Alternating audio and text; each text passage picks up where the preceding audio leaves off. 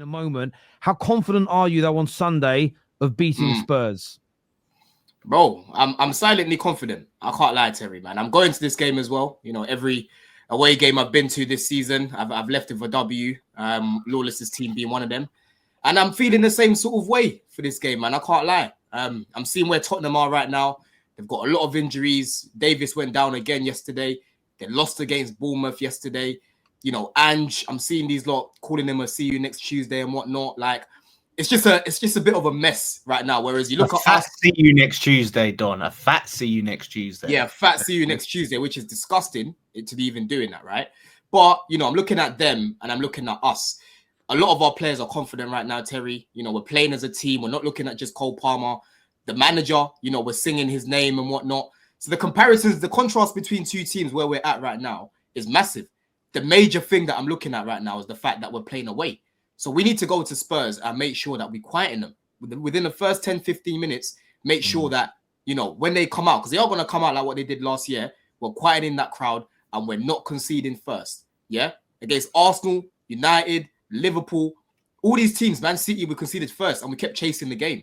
If we score first against Spurs with the mentality they've got right now, because we know their mentality is shit anyway, as it is, right? But they're on the floor right now. They're on their knees right now. If we score first, I can see us blitzing them. You know what I'm trying to say? Because we've got Caicedo, we've got Lavia, we've got Enzo, we've got Palmer. All these guys are on good form at the minute, you know? So for me, I'm looking at Maresca for this game to hopefully invert Caicedo. I think we need a little bit of steel behind Enzo and Palmer. Most of the games that we've played, the big games that we played this year, we haven't used Enzo from the beginning. And it showed, bro, because we haven't created as much. When Enzo's on the pitch, he progresses the ball for us a lot. You know what I'm trying to say? So that balance of Enzo and Palmer again, like what we did against Villa with Lavia and Caicedo behind, I just don't see how a midfield of Basuma, Balloon Boy, and the rest of them will be able to handle anything. And at the back, they've got Dragusin, and I don't even know who's going to play next to him. If they play Van de Ven, he might be getting rushed back. Last time he played against us, he injured his hamstring. If they play Romero, same sort of thing, he might be rushed back, and he hasn't been great this season. It's a must-win, bro. You know, their fullbacks aren't playing well with Dogi. He's been a mess this season. So yeah, man, it's a must-win. It's a must-win, Terry. I'm looking at us scoring a couple goals for this one. I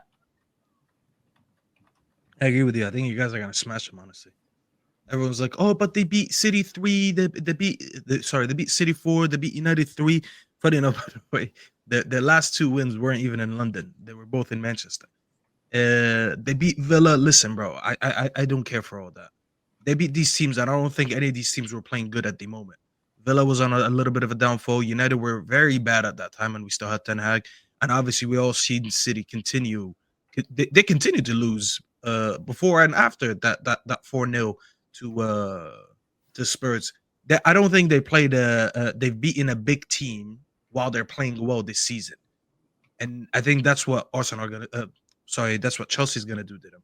You know, last year we all remember what happened. That crazy high line. You know, it looked like it was a FIFA glitch when he just pressed all out attack and he didn't know how to reset his settings with two men down. Listen, that's gonna resonate in the players' memories when they play in this game. And Chelsea have been very good this season, and the way that they play, I think they'll play in Chelsea's hands. There's gonna be a lot of space. There's gonna be when there's a lot of one-on-one battles on the pitch, and I see some of the quality that Spurs has to put out, and they're going against a team like Chelsea, he's just not gonna be in favor. When Noni Madueke is one-on-one with your fullback, and Sancho's one-on-one with your fullback the whole game, and you have Nico Jackson who's gonna have a lot of space to operate and receive the ball and turn and run and all that stuff, they're gonna have a field day, bro. I'm expecting an absolute embarrassment. And with the way things are, and we saw what happened at Ange yesterday, if Chelsea, I'm not saying Chelsea win, if Chelsea smash them, which I expect them to do, this might be the last nail in Ange's coffin. I'm not gonna lie. They abused him yesterday at the game. Everyone was booing him, heckling him, calling him a fat C word and all that stuff. Bro, it might be the end for him. It might be the end. I think we'll find out a lot about how Ange deals with pressure. I think this is the most pressure he's ever been under as Spurs manager, right? So we'll get to see how he responds. His problem has always been being stubborn, sticking to his guns. We're going to play the same way. Obviously, we see that at Chelsea last year, going down to 9 men. Now he's under this much pressure where maybe he feels like his job could be on the line. Is he going to look at Chelsea and find a way to switch things up. I mean, that Bournemouth game, they were horrendous, man. The amount of chances they conceded to Bournemouth, if they do that against Chelsea, it is going to be a cricket score. Like, seriously, if Bournemouth could finish, it would have been embarrassing for them. So it's huge for Spurs. And at home, man, I just until Ange shows me otherwise, because it is a Spursy thing for them to lose to Bournemouth and then go and beat Chelsea, right? That's Spursy, but I think that's a step too far. Not the way Chelsea's playing right now. Yes, Chelsea are in too good. Chelsea are hunting. Chelsea are in this title race for me. They're hunting Liverpool, who may or may not have dropped points by then, and we'll get onto that in a moment. I've got a sneaky feeling Liverpool may draw at Everton tomorrow, 12:30 kickoff. Being a derby, drop some points this week. You know, McAllister's missing, Konate's out. I just think they might drop some more points. Doesn't mean they won't win the title. I think they will. Chelsea are headhunting. And I think that Chelsea, with their squad, their age, if you're going to win the league this year, Chelsea, I think you need to be behind for the majority of the campaign. Closely behind, but I think you need to be the chaser. I don't know if the young heads can handle if you were 5 points clear. It's like, oh, God, we've got to win it now. There's a different feeling. I think at this particular juncture, you need to be the chasers. You're in great form. And I know that, Spurs, a lot of people think Spurs are Spursy, so they'll go and win this match. They beat Man United, they beat Villa, they beat City. Go and look at the form of all three of those clubs when they played them. Diabolical. They were, all of them. Villa were at the start of that horrific 8-game, right at the start of that 8-game period where they couldn't win a game. City, we've seen what happened to them. And Man United had Ten Hag and he was on his way out. If they played all three of those teams when they were in good form like Chelsea are, but Chelsea actually in very good form, those results, there's no way they would have been 3-0 victors, 4-1 victors, 4-0 victors. They might have won one or two of them, but it wouldn't have been that level and that margin. Also, though, I'll say this about the Spurs fans are going in on Ange. Criticize some of his tactics, absolutely. But the abuse he was getting at the ground, listen, you could go and get Pep from Man City right now. Your club won't be fixed. I know he's made mistakes on the pitch. Criticize them. But Spurs fans remind me of Man United fans just without the success. They genuinely are so deluded into thinking if we change the manager, our fortunes will change. They ignore the fact that they've continually changed managers, are one of the highest spenders in the Premier League, and they still don't have success. How is changing the manager again going to yield? It's the definition of insanity, doing the same thing over and over and over again and expecting different results. They've had Jose and Conte and still got nothing different. So it tells you. You just go through the whole Premier League era, barring 2 League Cups, which they did very well to win.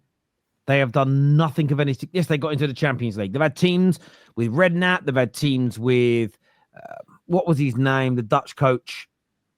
Oh, he was a J, didn't it? I know who you're talking about. I can't remember his name either. Yeah. It's literally right there. What's his name again? He was before Redknapp, wasn't it? Yeah, Dutch Spurs manager. Come on, guys in the chat. Let us know. Dutch Spurs manager. Martin Jol. That was it. There we go. Martin Jol. They had the Redknapp era. They then had the Poch situation. They've had teams that have been teetering upon the edge of success and they never get over the line. And the one common denominator is the board and the decision makers, the people that set the course your club is going in. Football fans still, and I don't even want to sound horrible when I say this, it's taken me years to understand it.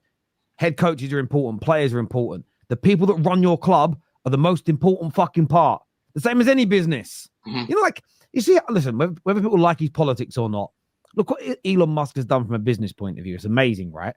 Do you think he's actually the person who invents the technology that goes into Tesla? Do you think he's the actual person who sits there doing all the rocket scientist shit to make them fucking rockets land the way they do? No, he has some of the best people in the world in particular fields working for him to make those ideas come to life. What he has the vision, the ideas. He obviously has a lot of knowledge and understanding. He now has the money that he's built up, but he has the vision and he steers it in a certain direction. And he's the most important part of his businesses, because without that vision, you know, not all people that are like great at science or great at technology are the best business people. You have to have that combination.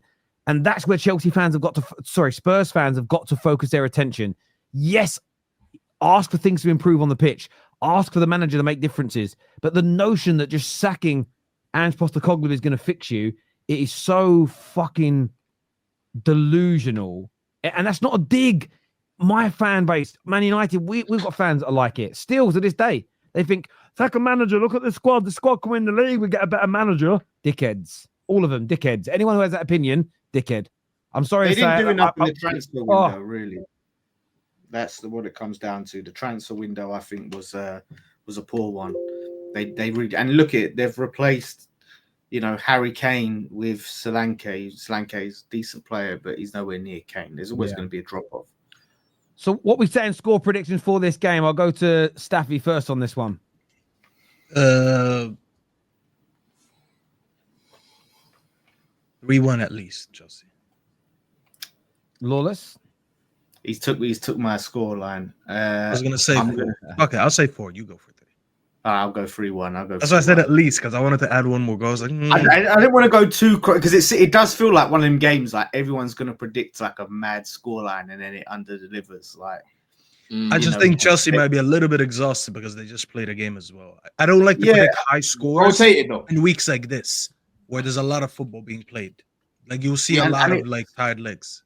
We did rotate in the second half, and we were playing against 10 men as well, Staffy. So we weren't really running around as much as what you'd expect. Like second half, but there's just general fatigue of like going from game to game because there's preparations and all that stuff. So it's like I don't like to go for high score. See, I see it the other way. I think when teams are more tired, I think you get more goals because it's harder to get back into position and defend your space. Spurs were running them ragged as well, bro. I think they'll be more tired than us. Yeah, that was an intense game with a lot of added time as well. I think it was like 7 minutes or so. Yeah. For people who say I don't watch Chelsea, literally United and Chelsea were playing at the same time. I apologize that I want to watch United Arsenal when Chelsea were playing on the same day. Apologies, guys. I didn't see the rotation because I wasn't watching. I'm sorry. You've not got Amazon, huh? You can have them both up at the same time. That's what I did. No, but I was at a watch party. In Scout, bro, so you can catch up on our games, man.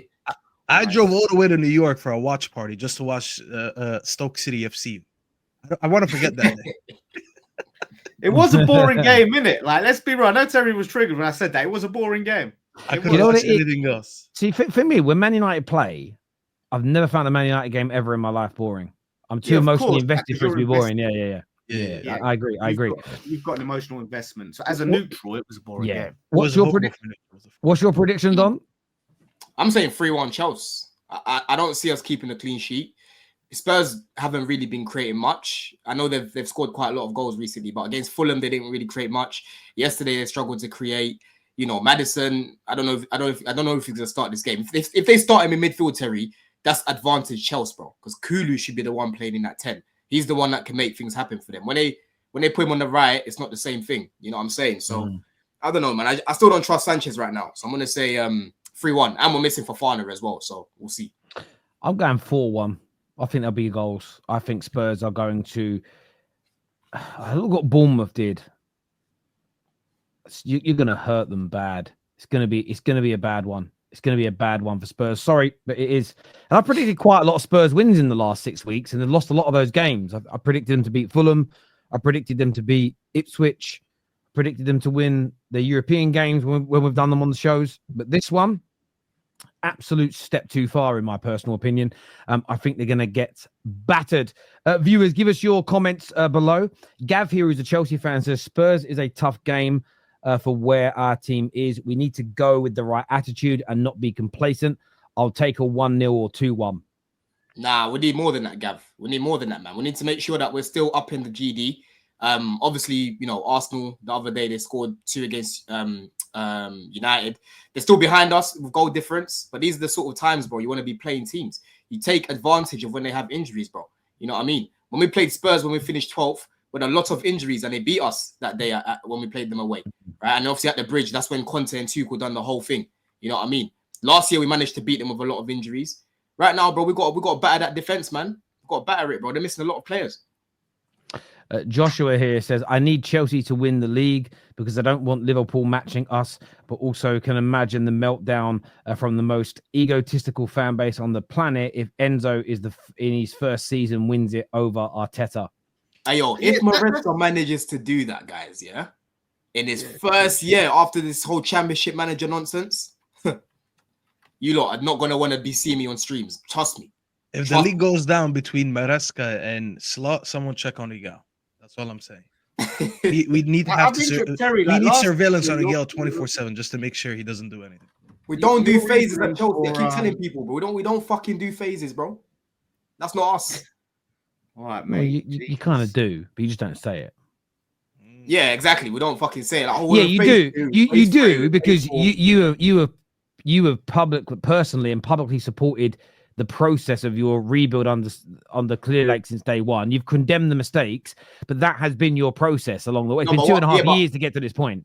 The point that I'm making, Terry, right, is that you've got a lot of Chelsea fans right now running away from the fact that we are in a title race because I don't think they're ready yet and blah, blah, blah. Bro, I want this team to keep winning, see how far we can go. If Liverpool slip up, we pounce on it. That's how I kind of look at it. I hear that. So you were going to ask me a question, Lawless? I just wanted to know, obviously last season, you wanted Arsenal to win the league, stop Man City doing the 4-peat. Do you feel the same about Chelsea this season to stop Liverpool? Yeah, mate, I said this on a show during the week. There's a hierarchy. Of course, I want Man United to win the league first and foremost, but we're not in the title race. I have everybody conceivably in it right now. I'd rather Chelsea win it, followed by Arsenal, followed by Liverpool, followed by City. I don't want City doing a 5-peat because that level of history is almost too impossible to turn around. Liverpool, because they'll match 20, and they're my biggest rivals. Then it would go to then Arsenal, but then Arsenal were a bigger rival to me than Chelsea. And Arsenal were nearer to my total amount of Premier League trophies than Chelsea are. So, but my hierarchy is very selfish and very much based on the legacy of my own football club, if that makes sense, and which I think is fair, to be honest with you. And that's not a dig; it's just So if I could magic wand, I have to pick between one of those 4 teams. I'd pick Chelsea to win it. That's who I would go with in terms of what would hurt me the least. It would be Chelsea. And that's again, but some Chelsea fans will take that as a dig. Oh, you don't think we're a big rival? No, you are a rival. I'm just putting it in the packet of my life. We have some great ones. For me, Liverpool number 1, followed by City because of the geographical element, followed by Arsenal for what we did in the Premier League, and then Chelsea. Chelsea are a big one, really. Chelsea are probably number 4 on my personal list, if I'm being honest, because of our battles. Have Chelsea played more than 2 games with the same squad?